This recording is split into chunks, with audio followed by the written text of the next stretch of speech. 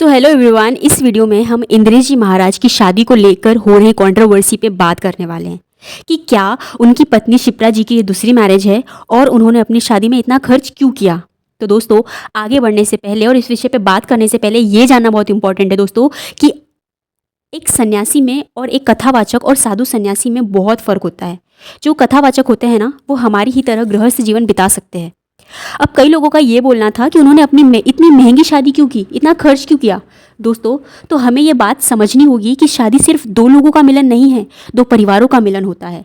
और इंद्रेश जी महाराज के बारे में यदि आपको कुछ भी पता हो, उनके पास्ट के बारे में, उनकी लाइफ के बारे में, तो वो अपने 3 बहनों के बाद एक इकलौते बेटे हैं। तो इस हिसाब से वो अपने माता पिता के भी और अपनी तीनों बहनों के भी बहुत लाडले हुए। हमारे भी घर पे या फिर आसपास में हमने देखा है कि अगर कोई एक लड़का या फिर एक लड़की इकलौता होता है तो उसका प्यार मान सम्मान ज़्यादा होता है, क्योंकि वो अकेला होता है। और वो छोटे भी थे तो उनकी बहनों के और उनके माता पिता के भी उनकी शादी को लेकर कई सपने और कई चीज़ें उन्होंने सोची होगी। हम कहीं और दूर क्यों जाए, हम अपने ही आम जिंदगी में देखते हैं, जब हमारे अपने कोई होते हैं तो उनसे लेकर उनकी शादी को लेकर हम कितने सपने सजाते हैं। और अगर इंद्रेश जी महाराज के घर वालों ने भी कई सपने देखे और उसे पूरा किया और उसे अमल किया, तो इसमें कहाँ गलत हुए दोस्तों वो सब।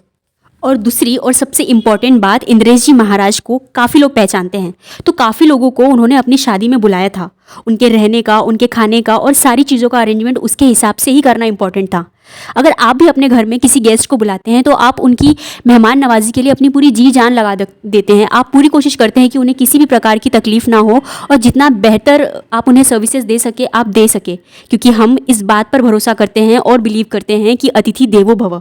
तो इन्हीं सारी चीज़ों को मद्देनज़र रखते हुए जो सारे अरेंजमेंट थे वो इस तरीके से ही किए गए थे दोस्तों। अब बात करते हैं कि शिप्रा जी की क्या ये सेकंड मैरिज है, और इसके लिए इंद्रेश जी महाराज को ट्रोल कर रहे हैं सभी।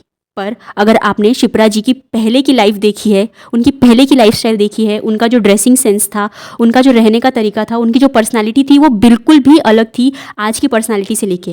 उन्होंने भक्ति का मार्ग अपना लिया है। आप खुद सोचिए दोस्तों कि कोई मॉडर्न होने से भक्ति के मार्ग पर कन्वर्ट हो गया हो, अगर सारे सुख होते हुए भी सारी चीज़ों को छोड़कर वो भगवान की भक्ति में लीन हो गया हो, तो आप इस बात का अंदाज़ा लगा सकते हैं कि उन्होंने अपनी फर्स्ट मैरिज में कितना ज़्यादा दुख झेला होगा।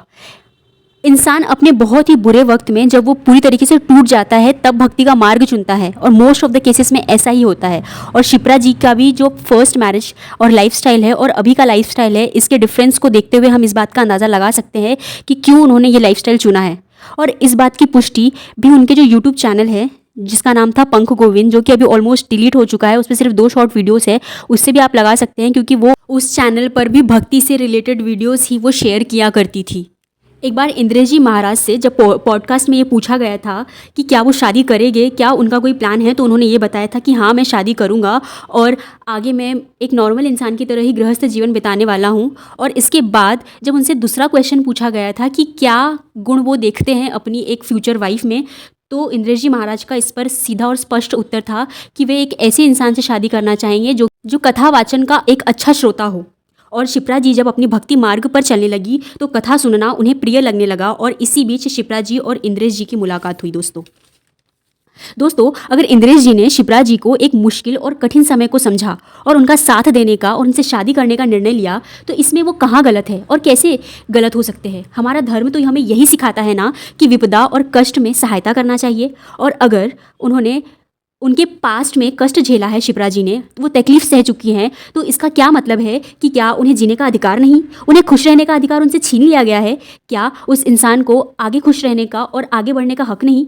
और मेरा तो यह मानना है दोस्तों कि शिप्रा जी से शादी करके इंद्रेश जी ने ये साबित कर दिया कि वो न केवल कथा से अच्छे संदेश और उपदेश लोगों को देते हैं, बल्कि अपने जीवन में उन्होंने उसे अमल भी किया।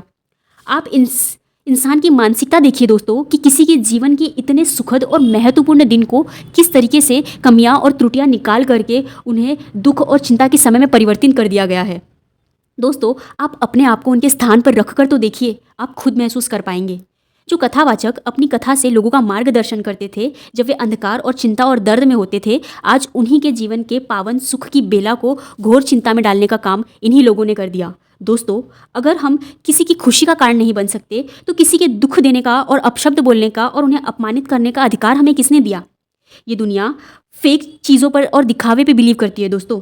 इस फिल्म इंडस्ट्री में लोग दो शादियाँ करते हैं, गर्लफ्रेंड्स रखते हैं, फिर डिवोर्स और फिर शादियाँ, और फिर भी लोग उन्हें ही अपना आइडियल मानते हैं। दोस्तों, इस वीडियो पर और इस विषय पर आपकी क्या राय है मुझे कमेंट में ज़रूर बताइएगा, और ऐसे ही वीडियोस के लिए आप मेरे चैनल को सब्सक्राइब कर सकते हैं। मिलते हैं नेक्स्ट वीडियो में, तब तक के लिए जय श्री राम, जय श्री कृष्णा दोस्तों।